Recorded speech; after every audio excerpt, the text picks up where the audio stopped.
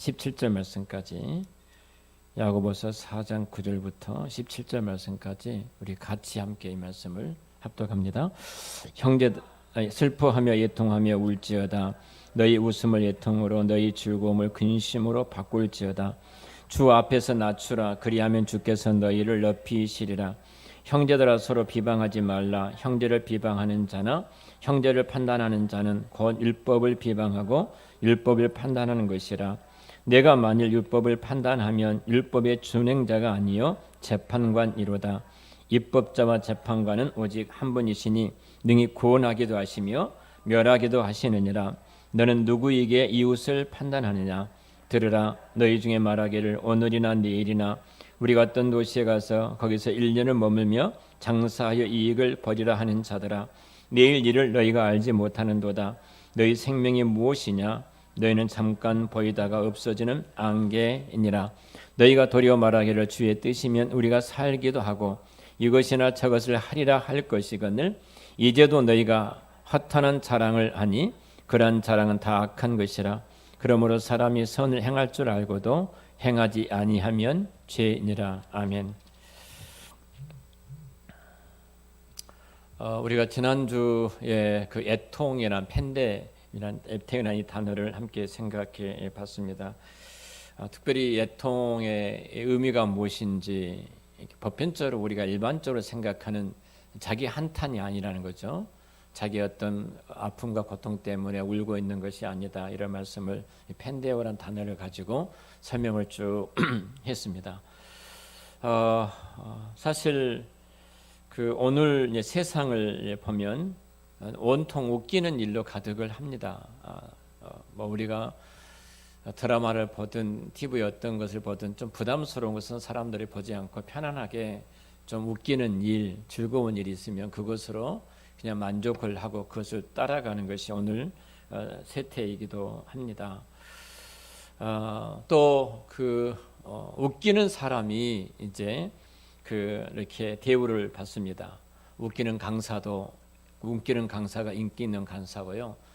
설교하는 목사도 웃기는 설교를 하는 목사가 설교를 잘하는 목사로 대접을 받는 것이 오늘 우리 시대이기도 합니다.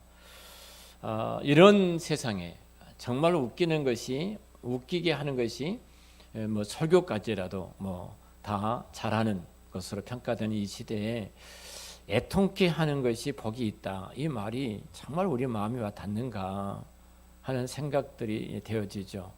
정말 우리의 마음이 와 닿고 있는가? 우리는 지난 시간에 그 심령이 가난한 자는 복이 있나니 천국이 저희 것입니다, 이 말씀을 갖고 함께 쭉 나누었죠.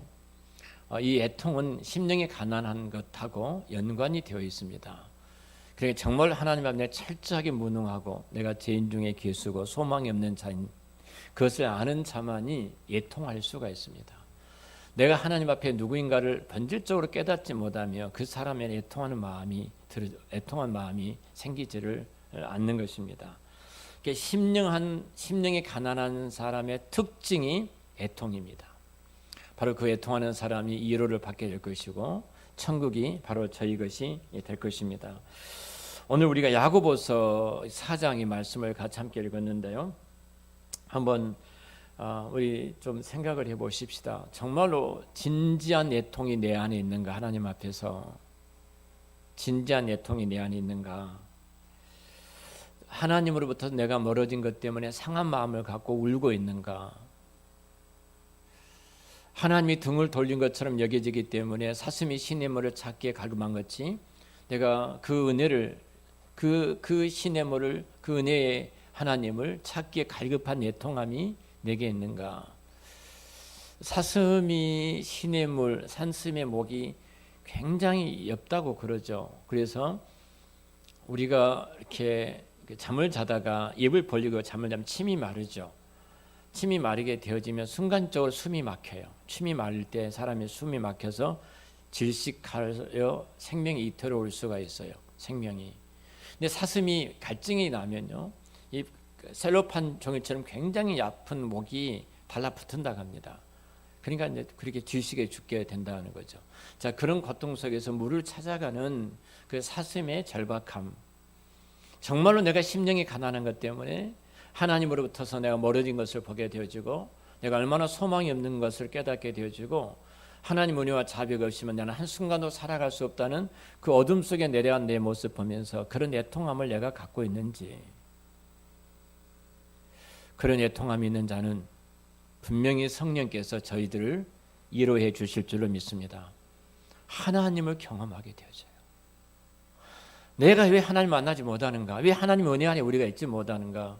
정말로 우리는 이 애통한 마음을 갖고 있지 아니하기 때문에 하나님의 위로를 받지 못하는 거예요. 이런 면에서 우리 야고보서 4장은 분명히 천국 백성의 정체성을 설명하고 있는데요. 하나님 나라의 정체성이 뭐냐? 성경은 웃고 즐기는 것인가? 분명히 오늘 이 정체성을 야고보는 말하면서 애통하는 자 이렇게 이야기를 합니다. 자, 9절에 참 이렇게 말하죠. 다시 한번 우리 9절 말씀을 같이 읽을까요? 슬퍼하며 애통하며 울지어다. 너희 웃음을 애통으로 너희 즐거움을 근심으로 바꿀지어다. 자, 오늘 이 말씀은요, 찬물을 끼얹는 겁니다.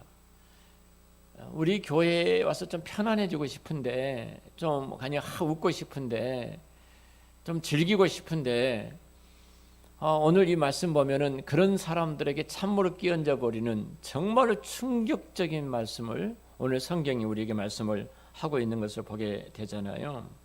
슬퍼하며 애통하며 울지어다. 너희 웃음을 애통으로, 너희 즐거움을 근심으로 바꾸라고 말하잖아요.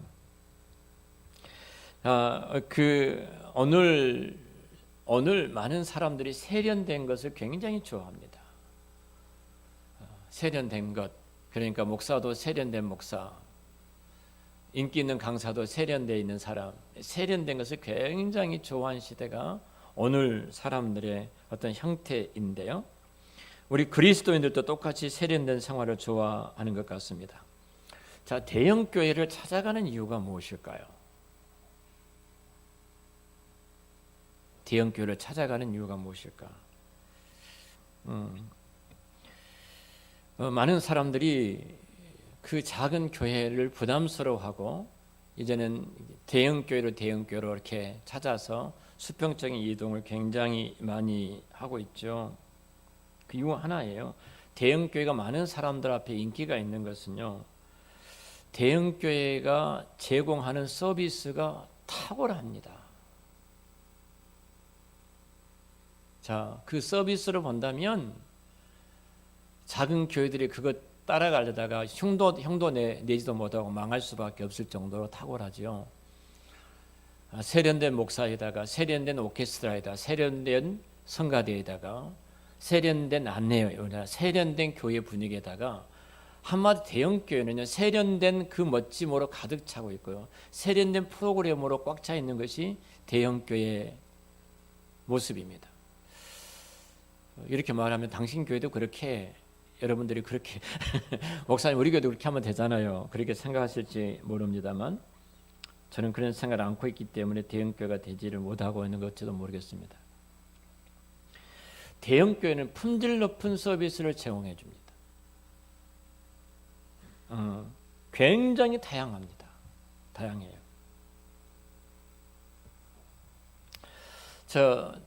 여러분들이 한번 물어보십시오. 저도 물어봤습니다. 왜 대형 교회를 다니냐고 한번 물어보세요. 자, 물어보면은 여러 가지 이야기가 있겠습니다만, 왜 집이 그렇게 머는데도 집 가까운 교회를 다니지 대형 교회를 선호하고 그 대형 교회를 출석을 하느냐, 그렇게 한번 물어보십시오. 그럼 딱 한마디 말합니다. 작은 교회는 다양한 세미나, 다양한 교육, 다양한 프로그램이, 다양한 예배 프로그램이 없기 때문에 대부분이 이렇게 말을 합니다. 내가 그 교회 선택한 것은 다양한 서비스와 프로그램을 내가 제공받기 때문에 나는 대형 교회를 선택한다, 그렇게 이야기를 하지요.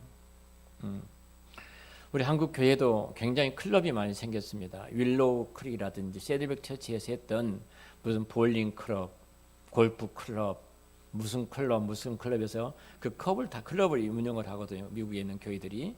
그러니까 우리 한국 교회도 그런 클럽을 운영을 하죠. 그래서 뭐 무슨 클럽 무슨 클럽 이렇게 합니다. 굉장히 이런 그 모임들이 많이 활성화되어졌어요. 그러니까 골프 클럽이 있으면 그 거저권 안에 들어가게 되고 그 교제권 안에서 늘 이렇게 모임을 갖고 만남을 갖고 교제를 나누니까 굉장히 자기 품격이 이제 높아진 것처럼 이렇게 여겨집니다. 그곳에 있는 그 클럽 안에 들어오는 다양한 직업과 다양한 세상에 또 내노라는 사람들이 안에 들어와 있기 때문에 당신도 그곳에 참여하는 순간 나도 그곳에서 그것을 그런 나의 수준이 올라간 것처럼 여기에요. 그런 사람들과 말을 하면은 나와 골프 치는 사람이 있는데 이 사람은 이런 사람이 있는데 이런 사람이 이렇습니다. 꼭 이런 말을 해요. 그걸 안 그래요? 꼭 이런 말을 해요. 나는 아무것도 없어. 나는 아무것도 없고 나가 함께하는 누가 이러이러하더라 꼭 그 사람에 대한 이야기를 하거든요. 그것은 내가 내놓을 것이 없으니까 그 말을 하면서 자기의 품격과 자기 인격이 그렇게 높은 수준에 있다 이런 식으로 지금 말을 하고 있는데 쪼다입니다. 쪼다. 그 바보지. 그런데 사람들이 대형교를 선택한 이유는 대형교는 세상에 내놓으라는 사람이 참 많이 있습니다. 그렇잖아요. 검사도 있고 판사도 있고 회사의 회장님도 CEO들도 많고 어떤 대학에 있는 리더들도 많고 그래서 어떤 그런 클럽에 들어가면 나도 그분들과 같이 이제 동등한 자리에서 누리니까 나도 그런 사람이 되는 것처럼 착각에 빠지는데요. 그런 서비스가 대형교회에 많기 때문에 사람들이 대형교회를 선호하는 이유이기도 합니다. 자, 예배도 마찬가지입니다. 자, 예배를 한번 볼까요? 예배를 드리면 예배에 참석할 때 모든 성도들의 마음속에 통기가 나왔어요. 편안함을 원해요. 편안함. 교회가 나를 부담을 주지 마십시오. 그래서 부담을 줘. 나는 교회 가서 편안함과 위로를 받기 위해서 내가 교회에 간 것이지 나에게 부담을 주는 교회는 싫습니다. 이런 말을 하죠. 우리 사역자 가운데 한 사람이 우리 교회가 이렇게 관리처분 되어지고 나면은 강남으로 목사님 가십시다. 강남에 가면은 사람들이 몰려온다 하는데 하나 사서 그렇게 합시다 그러더라고요. 내가 이런 말을 했습니다. 강남 사람 나보면 다 도망갈 것이다고. 다 내놓으라 하니까. 그렇게 살지 말아라 당신들. 비유잖아 비유. 계속 쌓고 있잖아요. 쌓고 있는데 내가 가서 항문을 다 뚫어버리는데 좀 이상합니다.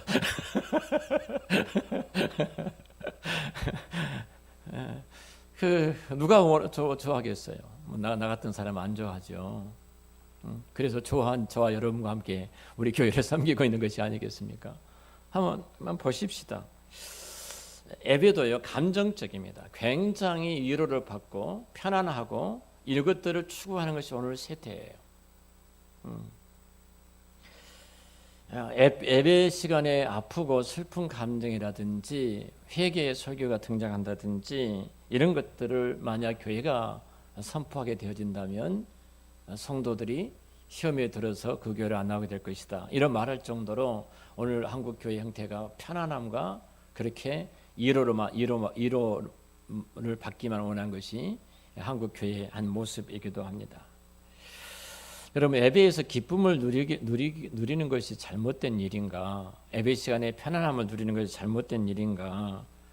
그러면 꼭 교회가 예배 시간에 초상집처럼 그렇게 해야 되는가? 즐거워하고 편안하고 그것이 왜 나쁜가? 그렇게 말씀하실지 모르는데요. 야고보서를 보면은 창문을 확 엎어버립니다. 성경이 어떻게 말하고 있는가를 우리는 봐야 되잖아요. 성경에서 어떻게 말하고 있는가? 이런 태도를 갖고 있는 자들에게 야고보서는 완전히 찬물을 엎어버리는데요. 자, 오늘 9절에 분명히 슬퍼하며 애통하며 울지어다 너희 웃음을 애통으로 너희 즐거움을 근심으로 바꿀지어다. 그리고 말씀하기 이 문단 끝나는 부분이 12절까지인데요. 쭉 11절까지 말씀을 하죠. 그 다음에 13절부터서 17절까지입니다. 다시 한번 우리 13절부터 이 말씀이 지금 어떤 말씀인가 이 문맥하고 봐야지 정확하게 볼 수 있으니까요. 13절부터 16절까지 우리 돌아가면서 한 절씩 읽도록 하겠습니다. 들으라 너희 중에 말하기를 오늘이나 내일이나 우리가 어떤 도시에 가서 거기서 1년을 머물며 장사하여 이익을 벌이라 하는 자들아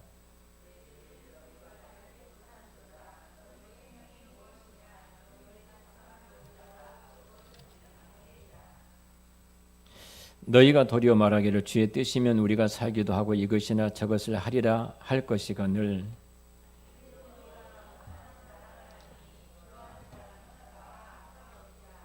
네, 자, 아니 앞으로 1년 동안 계획을 세우는 거예요.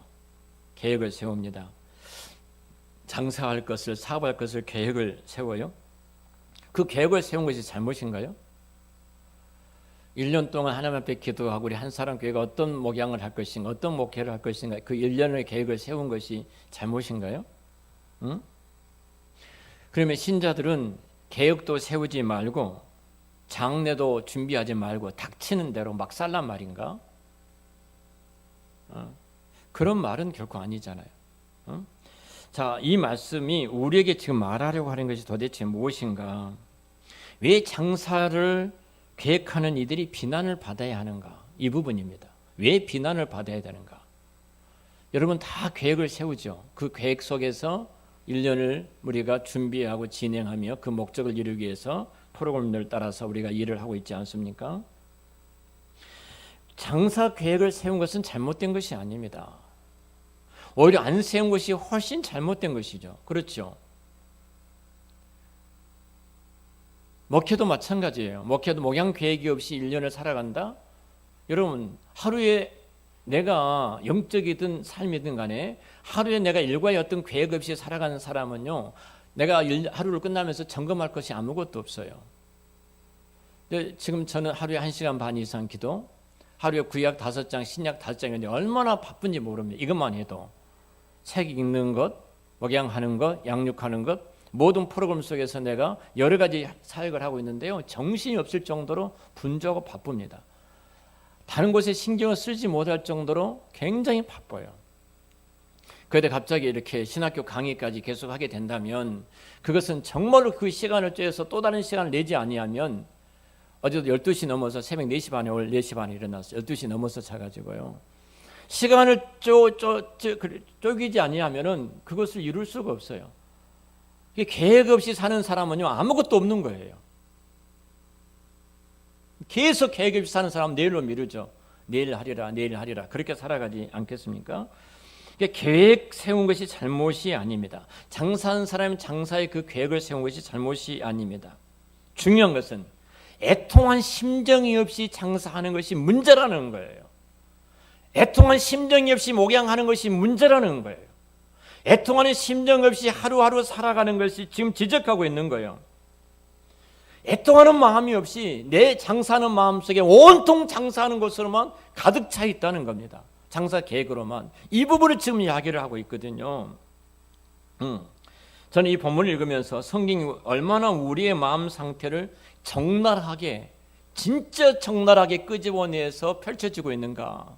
그럼 정말로 내가 고개를 들지 못할 정도로 우리 마음 상태를 끄집어내서 펼쳐지고 있는데요. 저도 이런 마음 상태를 제 모습이니까 잘 알고 있습니다. 우리 모두 다 이런 경험을 갖고 있지 않습니까? 뭔가 하려고 계획을 할 때 여러분 부푼 마음을 한번 생각해 보십시오. 자, 제가 낚시를 좋아합니다. 요즘 낚시를 가지 못합니다만 낚시 도구가 다 있습니다. 저는 투망도 잘 칩니다. 뿐만 아니라 투망도 거의 그 샘의 모양대로 펼칠 정도로 투망을 칩니다. 상당히 기술이 뛰어난 사람이에요. 그래서 제가 투망을 이렇게 고기를 못 잡으니까 유튜브에 들어가서 2호 투망이라는 것을 찾아보면 이 사람은 전국을 돌아다니면서 투망을 치는 사람인데요. 제가 그 조회수를 보니까 돈을 굉장히 많이 벌고 있더라고요. 집사람아, 우리 은퇴하고 우리 이거다 할까? 그래서 유튜브에 올려가지고 우리 돈 좀 벌어볼까? 굉장히 제가 좋아합니다. 낚시 한번 하러 가면요, 자, 낚시 도구를 준비를 하죠. 다 채비를 만듭니다. 채비를 만들면서 그려진 꿈이 얼마나 꿈이 그려지냐면요, 몇 시에 출발해서 어디 가서 그곳에 고기를 잡는데 내가 예전에 얼마 잡았는데 이번에 어떻게 잡으리라. 온통 고기 잡는 곳으로 꽉 차 있습니다. 정말로 그래요. 정말로. 그 고기 잡는 프로그램 속에 내가 낚시해서 고기를 끌어올리는 그 모습이 그 가득가득 채워져 있어요.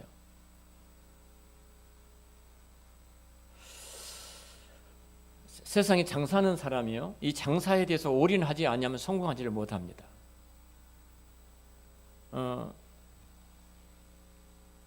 태극당을 아시죠?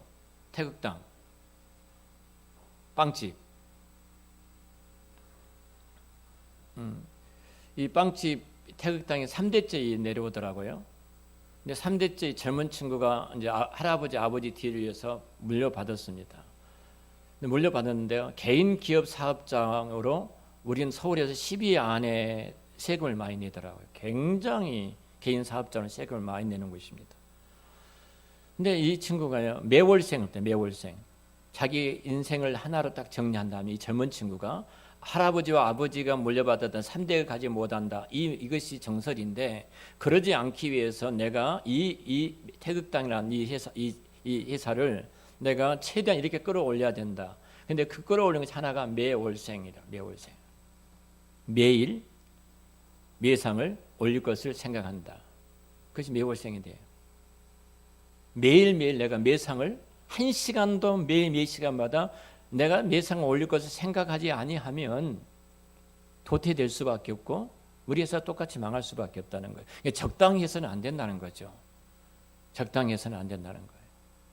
자, 그런 우리들인데 계획을 세우지 않고 하면은 성공하겠습니까? 근데 계획을 세운 것은 잘못이 아니에요. 우리 한건사님도 사업하지만 최소한 오늘 사업에 나가서 얼마 정도 물건을 팔고 이렇게 하리라. 계획 없이 그냥 나가서 알아서 해주세요. 하나님, 나는 능력이 없습니다. 이분이 진짜 애통하신 분이에요. 이렇게 하신 분이.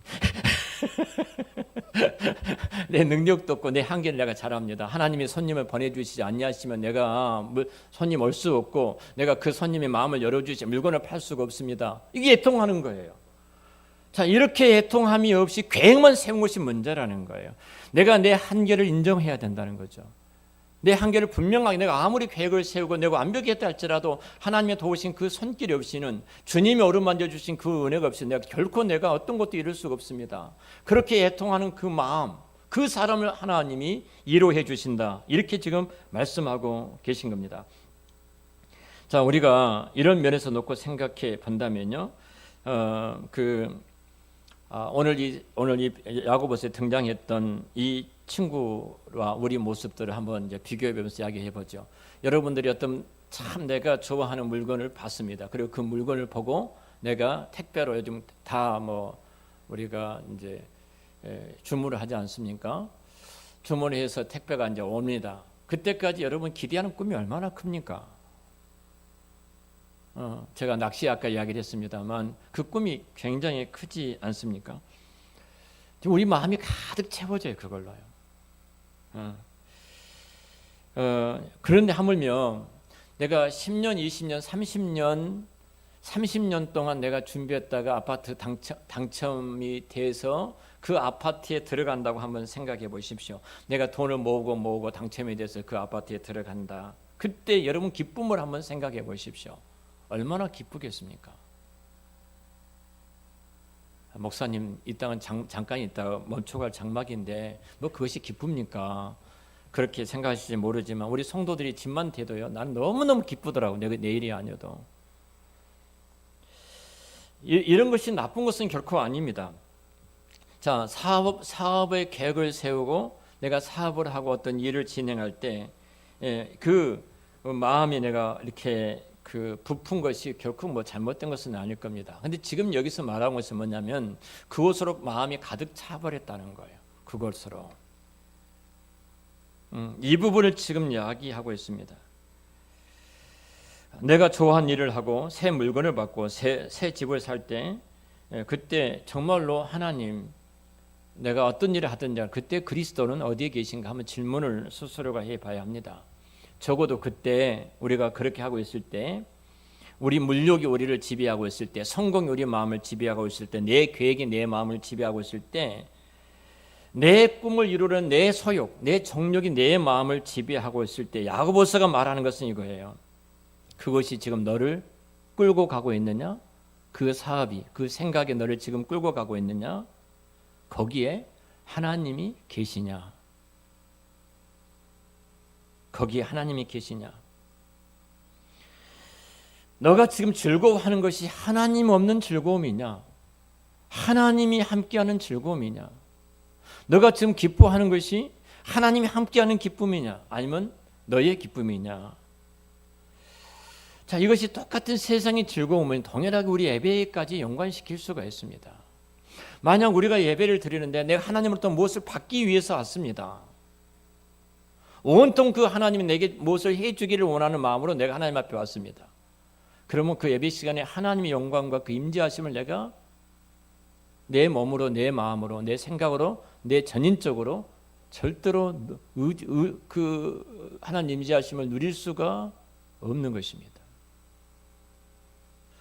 예배 속에 임재하신 그 하나님 내가 영광을 보지 못하고 나를 먹이시고 입히시고 피로를 채워주시고 인도하시고 지금도 살아계셔 내게서 나를 붙잡아 주시고 이루해 주신 하나님, 그 하나님을 내가 예배 가운데 누리지 못한 것은 내가 다른 것으로 지금 채워져 있다는 것입니다.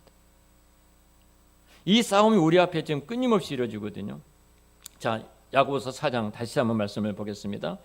4장 이렇게 앞에 부분들을 우리가 함께 읽지를 않았는데요. 애통이 등장하기까지, 애통이라는 이 단어가 등장하기까지 이 과정이 바로 이 점을 말해주고 있는데요. 자, 우리 야고보서 4장 4절 말씀 우리 같이 한번 읽어보겠습니다. 4장 4절입니다. 가늠한 여인들아, 세상과 벗된 것이 하나님과 원수됨을 알지 못하느냐? 그런즉 누구든지 세상과 벗이 되고자 하는 자는 스스로 하나님과 원수가 되는 것이다. 가늠한 여자들이여.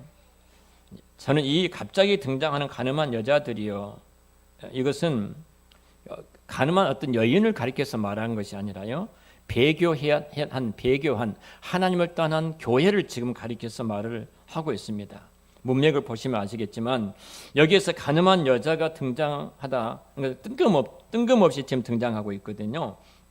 그러므로 분명히 여기 가늠한 여자는 교회의 상징입니다. 신부니까요. 신부, 그 신랑이신 예수님의 신부가 교회니까요. 그러니까 하나님의 뜻대로 행하지 않는 지금 교회를 가리켜서 야고보는 지금 이야기를 하고 있는 것입니다.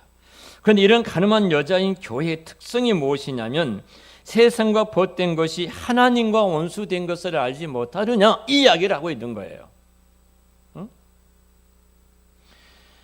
자, 그런즉, 자, 다시 한번 보죠.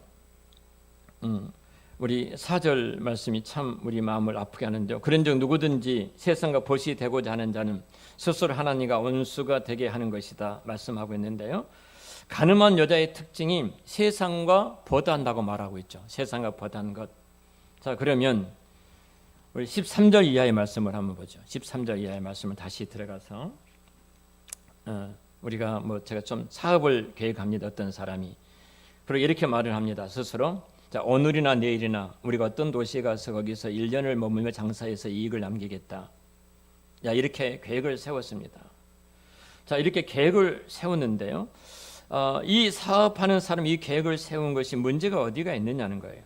지금 문제는 뭐냐면 그 앞에 문맥을 보면은 분명하게 성경이 확 지적하고 있는데요. 끄집어내서 확 이렇게 멱살을 잡고 끄집어내고 있는데, 멱살을 잡고 끄집어내고 있는 것이 뭐냐면 세상과 벗하는 것, 세상이 그 마음에 가득 들어차 있다, 이 말입니다. 지금. 자, 이렇게 세상이 가득 찬 성도, 세상이 가득 찬 신자의 정체성이 뭔가, 바로 그것은 하나님을 배교하고 세상과 벗된 것이라고 이야기를 하고 있죠. 그런데 이 신자의 정체성은 그와 반대해야 된다는 거죠. 그 반대가 뭐예요? 애통하는 것이라는 겁니다. 애통하는 것, 슬퍼하는 거예요. 그래서 9절에 이렇게 말을 하죠. 슬퍼하라, 슬퍼하라, 애통하여라, 슬퍼하라, 애통하면서 울어라. 너희 웃음을 애통으로 좀 바꾸고 너희 즐거움을 근심으로 좀 바꾸어라. 이 9절만 읽는다면 우리가 이 땅에서 즐겁게 살고 행복하게 사는 것이 하나님께 크게 잘못된 것처럼 여겨질지 모르겠습니다. 절대 우리는 하나님 앞에서 즐겁게 살아서는 안 된다, 이렇게 생각하실지 모를 겁니다. 괜히 잘 살고 있고 즐겁게 살고 있고 기쁘게 살고 있는 우리에게 찾아와서 하나님께서 슬픔과 애통을 해라, 이런 말씀으로 내 인생에 찬물을 끼얹습니까? 이렇게 하나님 앞에 따질 수도 있습니다. 그러나 전후 문맥을 잘 살펴보면요, 즐거움을 슬픔으로 바꿔야 할 이유가 분명해집니다. 그 이유가 뭐냐면 고린도후서에도 이 말씀을 하고 있는데요. 하나님의 뜻대로 행하는 근심은 후회할 것이 없는 구원에 이르게 하는 회개를 이루는 것이요, 세상 근심은 사망에 이르는 것이다. 고린도후서 7장 10절에 말씀하고 있는데요. 지금 우리가 이 말씀하고 8절 9절과 이 말씀을 읽어보면 똑같습니다. 자, 하나님을 가까이 하라. 그러면 하나님께서 너희를 가까이 해 주실 것이다. 8절에 그러죠. 죄인들아 손을 깨끗이 해라. 두 마음을 품은 자들아 마음을 성결케 하라. 그리고 9절에 등장하죠. 슬퍼하며 애통하며 울지어다. 너희 웃음을 애통으로, 너희 즐거움을 근심으로 바꿀지어다. 이렇게 말씀을 하고 있습니다. 정리를 좀 하겠습니다. 세상 일로, 자, 우리가 분명합니다. 아까도 제가 이야기를 했습니다만 우리 그 성경 공부반에서 한 분이 그러더라고요. 당신의 기도 제목을 이제 쭉 봤는데 이 말을 하더라고요. 나는 내 한계를 분명하게 압니다. 내가 지금 이 자리에서 내가 이 일을 하고 있지만 나의 한계를 분명히 압니다. 그래서 내가 나의 한계를 분명히 아는 나는 어머님이 그렇게 기도하셨던 것처럼 저도 기도할 수밖에 없습니다. 그 심정이 예통한 심정입니다. 내 한계를 알지 못한 사람은 내가 계획을 세워서 내가 주인이 돼서 내가 그 일을 이룬다고 생각을 하거든요. 그런데 하나님이 허락하시지 아니하시면 어떤 것도 이루어질 수 없다는 이 진리를, 하나님의 절대적인 주권을 믿는 사람은요, 무엇을 하든지 간에 그 애통하는 마음에서 하나님 도와주시지 아니하시면, 하나님의 긍휼과 자비를 베풀어 주시지 아니하시면, 하나님께서 은혜를 부어주시지 아니하시면 저는 무너질 수밖에 없는 연약한 자에 불과합니다. 이 마음을 가질 수밖에 없는 거예요. 이 사람이 하나님의 위로를 받는다는 겁니다. 이 사람은 어떤 일을 하든지 간에 그 일 속에서 하나님이 개입하셔서 나를 도우시고 나를 붙드시고 나를 어루만져 주신 하나님의 손길을 경험하게 될 줄로 믿습니다. 정말로 내가 애통하는 마음이 있는가? 우리 자신만만한 사람들이 있거든요. 아주 교만합니다. 내가 모든 걸 다 할 것처럼 생각하는데요. 결국 하나님이 손 한 번 대버리면 끝나는 것이 우리 인생인데, 우리가 얼마나 연약한 인생인데 그걸 깨닫지 못하고 그렇게 교만한 사람들을 주변에서 보게 되는데요. 자신이 어떤 존재인지를 하나님 앞에 정확하게 바라보는 사람만이 진정한 애통이 나옵니다. 나는 이렇게 무능합니다. 주의 긍휼하심과 주의 불쌍히 여겨주심이 없이는, 하나님이 나를 붙잡아 주신 그 은혜의 손길이 없이 나는 한순간도 살아갈 수 없는 자고 망할 수밖에 없는 자고 무너질 수밖에 없는 자입니다. 자, 이런 사람이 하나님 앞에 슬퍼하고 애통할 수가 있는 것입니다. 야고보서 지적이 바로 이겁니다. 이러한 슬픔과 애통은 없이 삶의 즐거움만 가득 찬 사람, 그 사람에 대해서 지금 경고를 하고 있는 것입니다. 말씀을 마치겠습니다. 저와 여러분들이 신앙생활을 해갈 때요, 내가 정말 깊은 어둠 속에서 절망해 보신 적이 있는가요? 깊은 어둠 속에서. 여러분, 절망스러운 그 죄의 깊은 인식이 없이 내가 즐겁게만 살아왔다면 이 사람 아직도 그 주님을 만나지 못한 사람입니다. 내 내면을 보면요, 에레미야 17장 9절 7절부터 9절 말씀까지 보면 그렇잖아요. 만물보다 심히 거짓되고 부패한 것이 인간의 마음인데요, 우리 내면을 보면은 우리는 포장해서 굉장히 거룩하고 깨끗하고 모양 있는 사람처럼 보이지만 내 내면에 들어가면은 여러분, 만물보다 거짓되고 부패하고 정말로 썩은 냄새가 가득 차 있는 우리의 모습들을 볼 수밖에 없어요. 그 내 모습 보면서 울 수밖에 없는 겁니다. 하나님이 어루만져 주신 그 손길이 없이는, 하나님이 붙잡아 주신 손길이 없이는, 십자가의 그 보혈의 씻음이 없이는, 내가 무너져서 일어날 수 없는 연약한 자인데 주님께서 나를 붙들어 일어준 손길이 없이는 나는 희망이 없는 자입니다. 지금 야고보서에서 등장했던 이 사람은 이 마음이 없다는 겁니다. 계획을 세운 것이 잘못이 아니라는 겁니다. 충분히 계획을 세울 수 있습니다. 그러나 제가 돌아보면 하나님, 내가 할 수 있는 건 아무것도 없습니다. 하나님이 누구를 찾아가서 위로해 주실까요? 누구를 찾아가서 어루만져 주시고 이렇게 세워 주실까요? 바로 애통하는 자를 하나님이 찾아가서 그런 자들을 어루만져 주신다는 사실입니다. 저와 여러분들의 어떤 모습들을 보면서 한번 깊이 생각해 봤으면 좋겠습니다. 나는 정말로 어떻게 보면은 죄에 대해서 진지하게 좌절을 맛보고 있는 사람인가? 나는 겉모습이 이렇게 멀쩡한데 내 내면을 보면 희망이 없고 소망이 없는 자입니다. 십자가의 그 은총과 긍휼이 없이는 나는 한순간도 일어설 수가 없는 자입니다. 그런 자인데 어디 앞에 내가 어떤 사람 앞에서 떵떵거리면서 말할 수가 있겠습니까? 내가 나를 절망에서 건지시는 그리스도를 내가 이해하기 위해서는 내가 절망에 빠져서 울고 있는 애통하고 있을 때만이 가능합니다. 그분이 나를 일으켜 세워주시고 그분이 나를 격려하셨고 그분이 나를 붙잡아 주셨습니다. 그런데 애통이 없는 자에게 어떻게 진정한 즐거움이 있겠습니까? 애통이 없는 자에게 어떻게 진정한 하나님의 위로가 있겠습니까? 제사함의 예배 없이 어떻게 축제 예배가 될 수가 있겠습니까? 제사함이 없는데 그 축제 예배라고 그건 거짓입니다. 진정한 축제 예배는 제사함의 그 은혜 속에 들어갈 때 진정한 축제 예배가 이루어질 수가 있는 것입니다. 우리가 아무리 찬양하고 뜨겁게 오케스트라를 동원해서 멋지게 노래를 부르나 할지라도 여러분 제사함이 없는 예배는요, 그건 축제 예배가 결코 아닙니다. 어제 우리 주일학교 학생의 그 부모 이야기를 들었습니다. 교회 안에서 바람을 피워가지고 다른 여자를 만나게 되어지고 이렇게 복잡한 이야기를 들었어요. 여러분 정말로 그 예배 가운데 제사함이 있는 애통함이 있다면 그 예배가 축제로 바뀌어질 것이요. 그 속에 하나님의 위로하심이 있는데 그런 일이 벌어질 것입니까? 벌어질 수가 없는 것입니다. 본성적으로 우리의 모습들이 누구인가, 나는 어떤 자리에 있는가를 깨닫지 못하니까 그 엉뚱한 일들이 벌어지는 것이죠. 오늘 야고보서에 등장했던 이 사람을 모습을 보면서 우리의 모습들이 정말로 그 구절이 너희 웃음을 애통으로 바꾸거라, 너희 즐거움을 근심으로 바꾸거라.